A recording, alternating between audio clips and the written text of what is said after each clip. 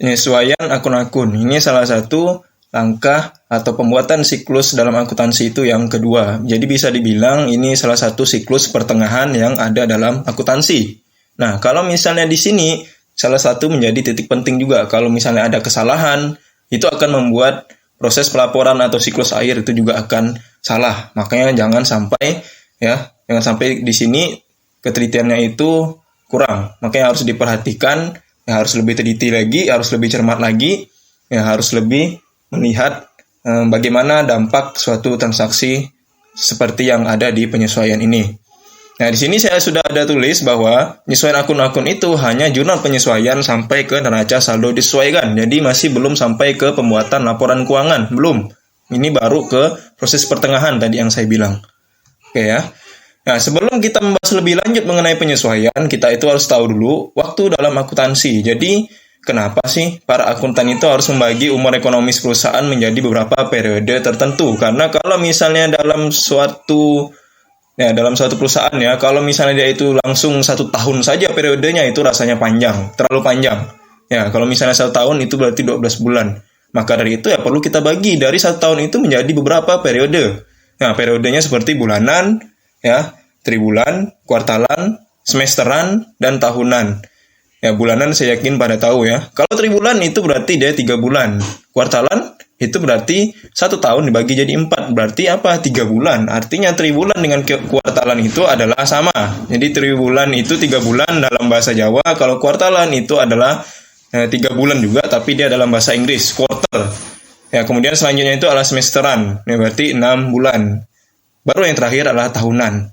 Nah, inilah makanya penting kalau misalnya dalam akuntansi itu juga dibagi-bagi menjadi beberapa periode, tidak langsung dia 1 tahun. Karena 1 tahun itu terlalu panjang. Ya. Kemudian di sini ada tahun fiskal dan tahun kalender. Tahun fiskal adalah 12 bulan pelaporan akuntansi yang dimulai dari bulan selain Januari. Jadi tahun fiskal itu pokoknya dimulai dari bulan apapun, ya itulah tahun fiskal. Misalnya bulan Maret berakhir di bulan Februari. Ya, bulan Desember mulainya berarti berakhirnya di bulan November tahun depan. Nah, kalau misalnya bulan Juni berarti berakhir di bulan Mei tahun depan. Ya kan? Nah, itulah tahun fiskal. Intinya tahun fiskal itu pokoknya bulan apapun selain bulan Januari. Tapi kalau misalnya tahun kalender berarti dia itu sudah mentok di bulan Januari saja sampai ke Desember. Dia tidak mungkin bermula dari bulan lain lagi, ya. Jadi kalau tahun fiskal itu intinya adalah tahun selain Januari. Bulan selain Januari, bulan apapun. Nah, kalau misalnya tahun kalender itu sudah mentok hanya di Januari saja, ya. Nah, di sini ada dua basis akuntansi, ada basis akrual dan basis kas. Jadi basis akrual itu adalah transaksi dicatat pada saat terjadi. Sementara kalau dasar kas dia itu transaksi itu bukan dicatat pada saat terjadi, tapi pada saat kas diterima atau dibayarkan. Nah, itu saja dasar kas. Makanya dasar kas ini adalah dasar yang istilahnya sangat jadul. Dulu sekali yang dipakai. Sekarang kalau misalnya menggunakan dasar kas itu sudah tidak relevan lagi. Karena apa? Banyak transaksi yang tidak menggunakan kas sekarang. Bagaimana dengan piutang? Bagaimana dengan hutang? Bagaimana dengan pembayaran yang ada di muka atau pembayaran yang di awal? Nah, oleh karena itu kan rumit.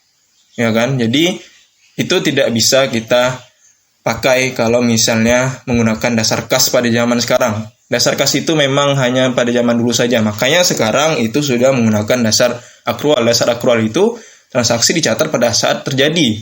Baik itu melibatkan kas ataupun tidak melibatkan kas. Itu dasar akrual. Jadi dasar akrual itu dia tidak menggunakan kas. Tapi kalau dasar kas dia itu pokoknya menggunakan kas baru akan dicatat. Kalau tidak ada menggunakan kas, ya tidak akan dicatat. Makanya agak rumit. Bagaimana kalau mau mencatat hutang piutang atau pembayaran atau diterima di muka? Kan agak rumit karena di situ tidak melibatkan kas, ya. Oleh karena itu ya memang dasar kas itu sudah ditinggalkan. Sekarang sudah pasti menggunakan dasar akrual. Ya, kalau misalnya prinsip pengakuan pendapatan itu berarti kita mengakui pendapatan yang sudah cukup pasti. Artinya jangan kita mengakui pendapatan yang masih belum terlalu pasti. Ada orang nanti mau bayar, nah itu masih belum pasti. Tapi kalau misalnya dia itu sudah menerima sudah ada bukti transaksi, sudah ada bukti penjualan, sudah ada bukti transfer, nah, itu baru boleh kita akui sebagai pendapatan. Tapi kalau misalnya dia baru bilang saya akan membayar, saya janji akan bayar, nah itu masih meragukan. Jadi kalau misalnya seperti itu ya lebih baik nggak usah, ya kan? Nah, kalau misalnya prinsip penandingan berarti dia itu mencocokkan beban dengan pendapatan. Artinya apa ya? Ada yang dibandingkan antara beban dengan pendapatan. Misalnya, ya udah pasti beban-beban listrik, beban air. Nah, kalau pendapatan ya berarti penjualan. Nah, kalau misalnya di sini kenapa yang ditandingkan itu adalah beban dan pendapatan?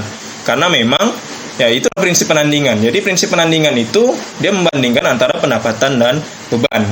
Nah, di sini ketika ditandingkan ya pasti namanya juga pertandingan kan, pasti ada yang kalah, istilahnya seperti itulah kan. Nah, kalau misalnya pendapatan dengan beban itu ketika ditandingkan pendapatan yang unggul, berarti dia itu akan menghasilkan laba, atau bisa dibilang apa, pendapatan lebih besar daripada biayanya. Tapi kalau misalnya ketika ditandingkan beban itu yang unggul atau beban itu lebih besar daripada pendapatan, itu pasti akan menghasilkan rugi. Nah, bagaimana kalau misalnya dia itu dua-duanya pendapatan sama dengan beban, berarti itu akan menghasilkan break even point, atau misalnya apa itu break even point? Titik impas. Artinya tidak untung, tidak rugi, atau laba sama dengan 0. Itu ya. Itu maksud dari kalau misalnya break even. Oke ya. Nah, kemudian di sini dasar jurnal penyesuaian. Oke, ada dua tipe jurnal penyesuaian. Pertama deferral, kemudian akrual. Kalau misalnya deferral itu berarti semua yang dibayar atau yang diterima di muka. Kalau akrual itu berarti yang pendapatan sama beban akrual. Oke. Nah, ini salah satu contoh dari penyesuaian beban bayar di muka. Jadi beban bayar di muka itu adalah pembayaran tunai yang dicatat sebagai aset karena jasa atau manfaatnya akan diterima hingga masa depan. Bayaran tunai barulah beban dicatat. Bagaimana itu beban bayar di muka? Artinya, dia itu kita bayar dulu, kita bayar sekarang, manfaatnya itu akan sampai beberapa waktu yang mendatang. Ya, maksudnya seperti apa ya? Kita bayar sekarang tapi manfaatnya sampai nanti ya. Itu contohnya adalah seperti kayak kita bayar sewa. Kita bayar sewa sekarang, setahun kemudian.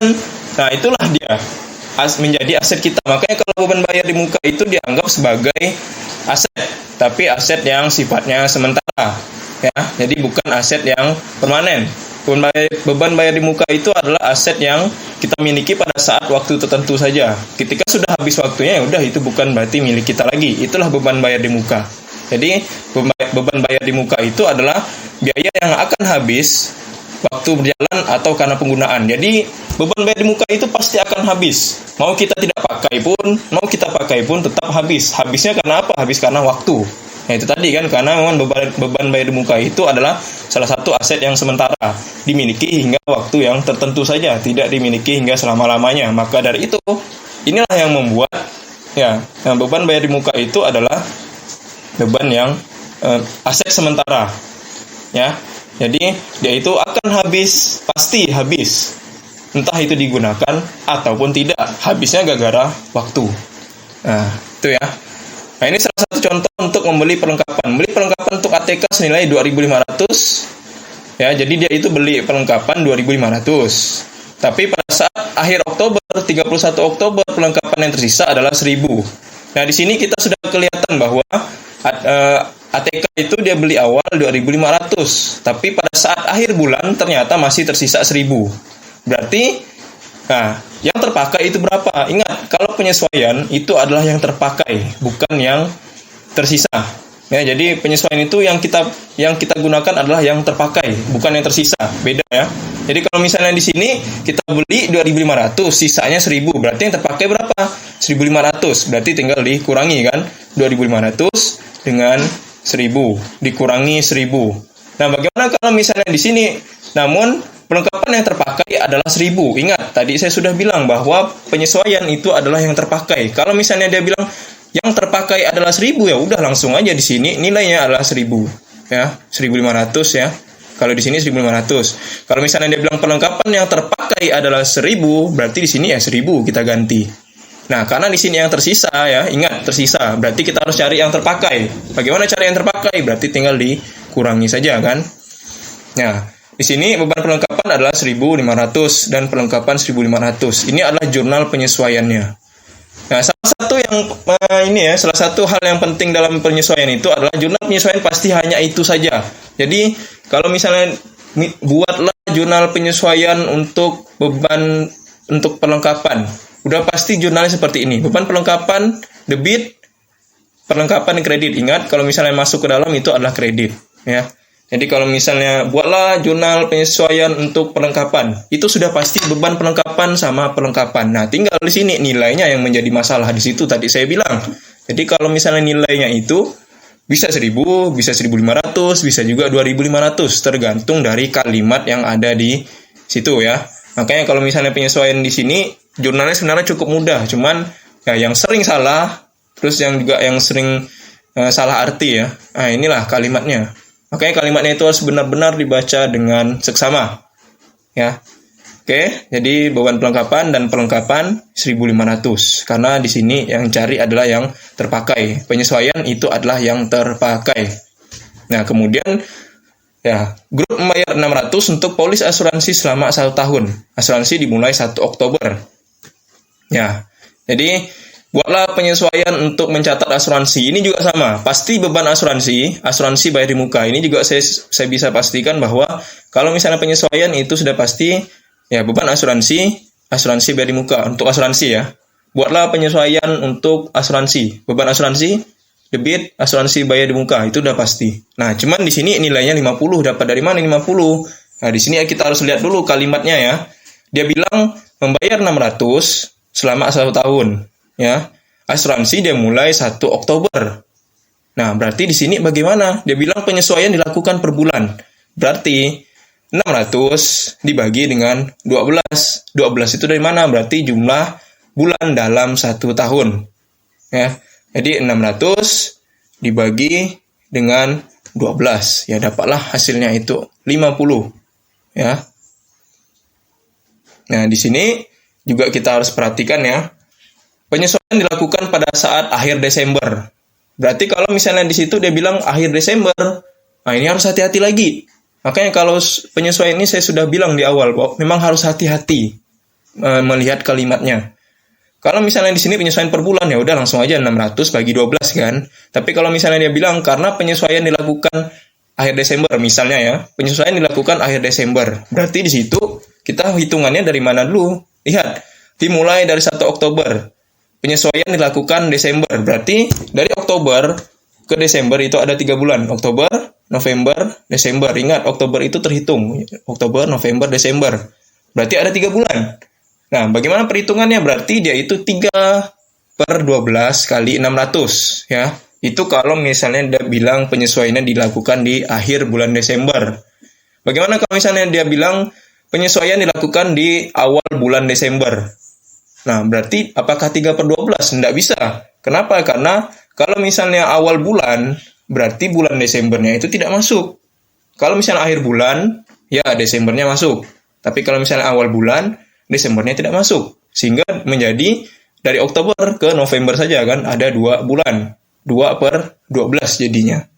Ya. Jadi 2/12 ya bagi 2/12 kali 600 dapatlah dia itu 100 ya. Ya, itu kalau misalnya seperti itu pernyataan atau kalimatnya. Makanya di sini memang harus hati-hati ya. Oke, kemudian yang kedua itu adalah penyusutan. Penyusutan itu adalah ya aset yang baik digunakan atau tidak itu pasti akan mengalami penyusutan. Nah, penyusutan itu dikenal sebagai biaya pemakaian atas aset. Ya, sebenarnya tidak juga pemakaian. Kadang-kadang aset itu tidak dipakai juga akan menyusut. Menyusutnya juga karena apa? Karena waktu juga. Jadi penyusutan itu ya itu salah satu alokasi biaya atau bisa dibilang biaya karena memakai aset itu. Ketika aset itu tidak dipakai, dia juga akan menyusut. Menyusutnya karena apa? Menyusut karena waktu. Ya, yang mengalami penyusutan adalah bangunan, peralatan, kendaraan, mesin. Berarti yang penyusutan itu adalah aktiva tetap. Ya, bangunan, peralatan, kendaraan, mesin. Nah, kalau ini masuk ke aset yang tahan lama. Jadi kalau misalnya penyusutan itu masuk ke aset yang tahan lama. Jadi dia bukan masuk ke aset yang sementara. Catat sebagai aset. Nah, aset itu digunakan atau tidak pun mengalami penyusutan sama ya. Jadi mau itu aset sementara, mau itu aset yang tahan lama, mau itu beban bayar di muka, mau itu aset tetap. Jadi dia itu tetap akan menyusut. Ya, menyusutnya itu baik karena waktu atau karena memang dipakai. Ya. Oke, misalnya di sini mengestimasi penyusutan peralatannya senilai 480 per tahun, sehingga penyusutan per bulannya adalah 40. Ingat, per bulan ya, berarti 480 per tahun ya. Karena di sini per tahun berarti 480 per 12. Ya, dapatlah hasilnya 40. Bagaimana mencatat penyesuaian untuk penyusutan ya? Beban penyusutan sama akumulasi penyusutan. Ini juga sudah pasti. Jadi buatlah jurnal untuk mencatat penyusutan aset tetap. Sudah pasti beban penyusutan, akumulasi penyusutan. Itu sudah pasti jurnalnya begini. Makanya saya bilang di awal. Ya, kalau misalnya untuk mencatat jurnal yang ada di penyesuaian itu cukup gampang. Tapi yang sering salah itu adalah angkanya. Nah, angkanya di sini bisa dapat 40, bisa dapat 80, bisa dapat 120 kan. Nah, disitulah tergantung dari kalimatnya. Nah, ini salah satu akun yang kontra aset, artinya akan mengurangi nilai buku. Berarti maksudnya akun kontra aset itu dia mengurangi nilai asetnya sendiri kan. Ya. Nah, kemudian di sini pendapatan terima di muka. Ini pendapatan terima di muka itu maksudnya apa sih? Kita dapat duit duluan tapi kita itu belum bekerja. Nah, seperti itulah. Atau misalnya apa? Kita itu bayar ke orang duluan tapi orang itu belum bekerja. Nah, itulah bagi orang itu pendapatan terima di muka namanya. Artinya dia itu mendapatkan duit dulu tapi dia itu belum selesai bekerja. Kenapa sih tidak kita ya terbalik istilahnya? Dia bekerja dulu atau baru kita bayar? Atau misalnya sambil dia itu selesai sambil kita bayar begitu? Nggak bisa juga. Ada beberapa situasi yang membuat kita itu memang harus seperti itu. Pendapatan terima di muka itu memang harus. Ya. Jadi bukan karena bukan karena kemauan orangnya, tapi memang karena kondisi atau bisnisnya seperti itu. Ini sudah saya contohkan. Sewa tiket apapun, mau tiket pesawat, tiket kereta, tiket nonton, ya tiket nonton nonton konser misalnya kan, ya pokoknya tiket apapun, dia itu prinsipnya apa? Pasti dia itu bayar dulu, baru nanti nonton kan? Itu maksud pendapatan terima di muka. Jadi bagi orang itu dia pasti dapat duit dulu, tapi dia belum selesai bekerja. Kenapa dia belum selesai bekerja? Ya memang karena kondisi usahanya yang memang belum bisa bekerja dulu kan. Tiket pesawat juga pasti gitu. Pasti kita bayar dulu, baru kita terbang. Nggak mungkin kita itu terbang, langsung bayar di pesawat. Atau misalnya terbang duluan, baru nanti ya kita bayar di bandara. Itu pasti akan repot kan. Apalagi yang penumpang itu jumlahnya satu pesawat aja bisa ratusan. Belum lagi maskapai kita banyak. Belum lagi tujuan penerbangan kita banyak. Bandaranya banyak. Udah pasti nggak efisien. Maka dari itu, ya kenapa sih tiket itu kita harus bayar duluan? Kok nggak bayar nanti aja gitu kan? Ya memang karena memang kondisi atau dunia usahanya memang tidak bisa membuat dia seperti itu. Sehingga ya udah, ya kan? Itu ya tiket ya. Jadi tiket itu tiket apapun saya bilang. Pasti dia itu bayar dulu, baru nanti ya bekerja. Atau baru nanti konsernya baru diadakan. Ya kalau misalnya terbalik, nonton dulu baru bayar, udah pasti orangnya pada kabur ya kan. Kalau misalnya apalagi konser itu kan ramai manusianya. Atau misalnya kayak nonton bioskop. Kalau nonton bioskop itu bayangkan aja, kalau misalnya orang itu sudah bayar sudah nonton, misalnya sudah nonton udah selesai baru dia bayar, itu bisa-bisa pada kabur, tidak bayar itu tiket. Nah, kalau SPP juga begitu. Rata-rata SPP itu di awal dulu bayar, baru nanti ketika sudah selesai ya udah kan. Ketika udah selesai itu baru selesailah pekerjaannya. Jadi kalau misalnya tiket tadi itu contohnya ya, tiket contohnya itu kita sudah bayar duluan baru nanti konsernya itu baru diadakan. Nah, kalau biaya kuliah juga begitu. Kita bayar duluan baru nanti kuliahnya sudah selesai. Nah, selesainya itu ketika sudah keluar semua nilainya atau ketika kalian sudah daftar ulang.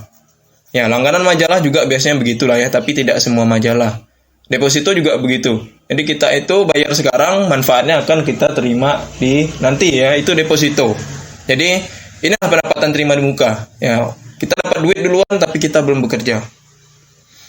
Oke, buatlah penyesuaian untuk pendapatan terima di muka. Ini juga saya bisa jamin pasti seperti ini. Pendapatan terima di muka, pendapatan jasa, pasti jurnalnya seperti ini.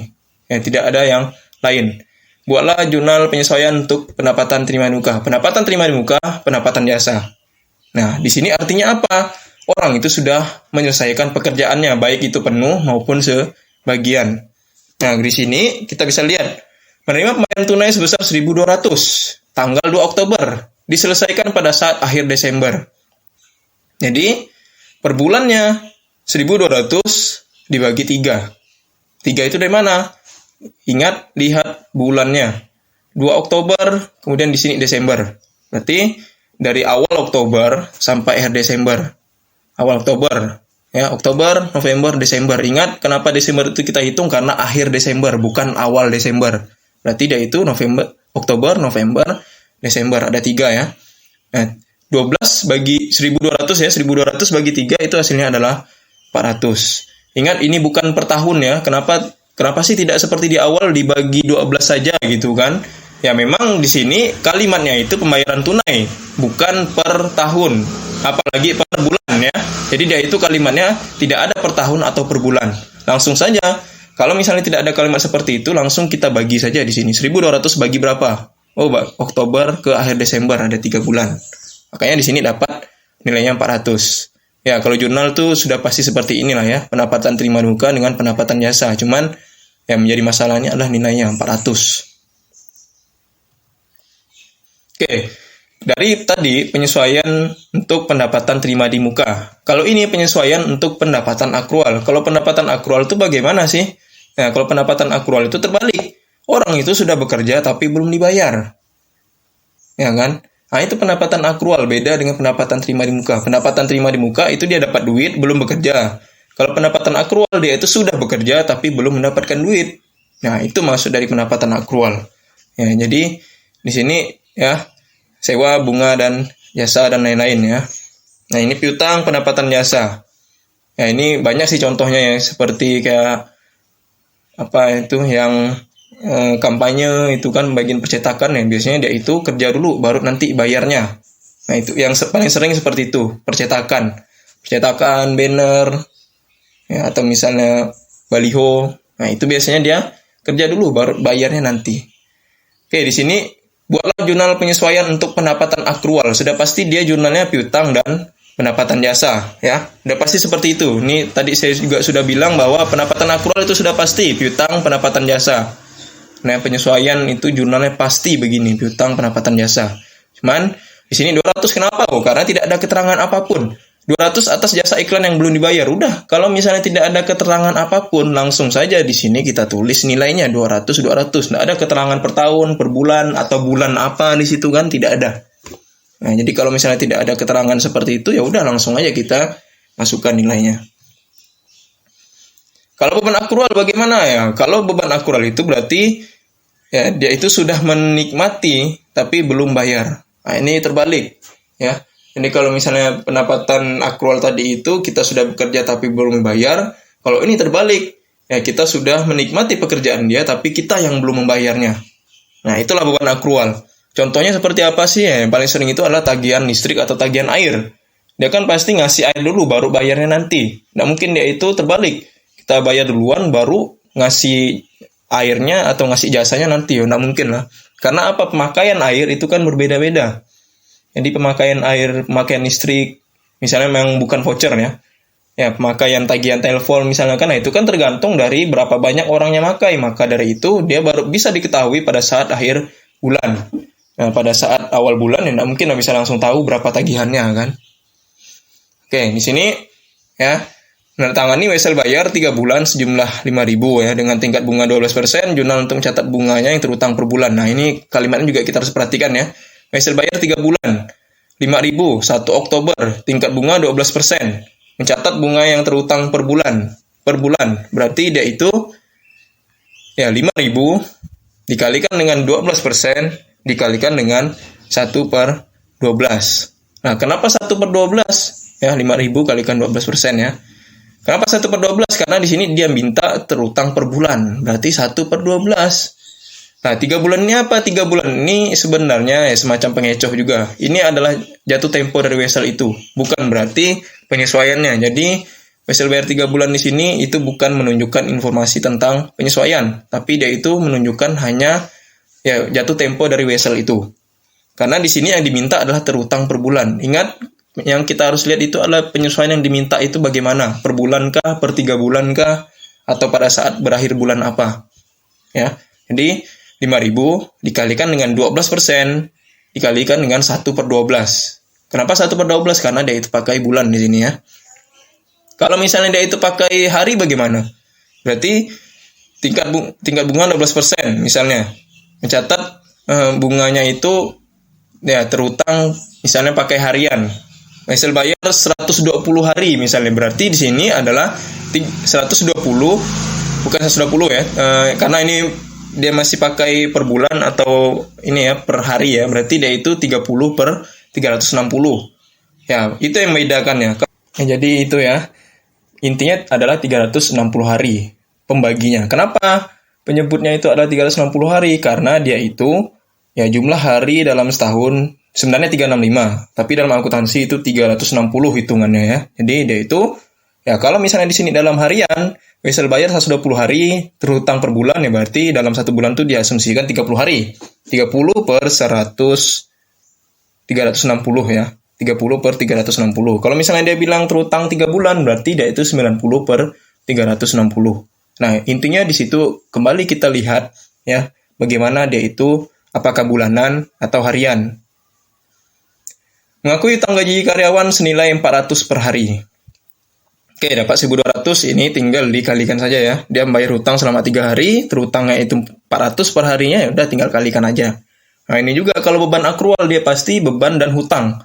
Nah, lihat, kalau misalnya Wesel, buatlah jurnal penyesuaian untuk Wesel bayar. Udah pasti beban bunga, hutang bunga. Itu sudah pasti. Pokoknya, buatlah penyesuaian untuk mencatat ya Wesel ya, penyesuaian untuk Wesel. Beban bunga, hutang bunga, itu udah pasti. Buatlah penyesuaian untuk mencatat gaji.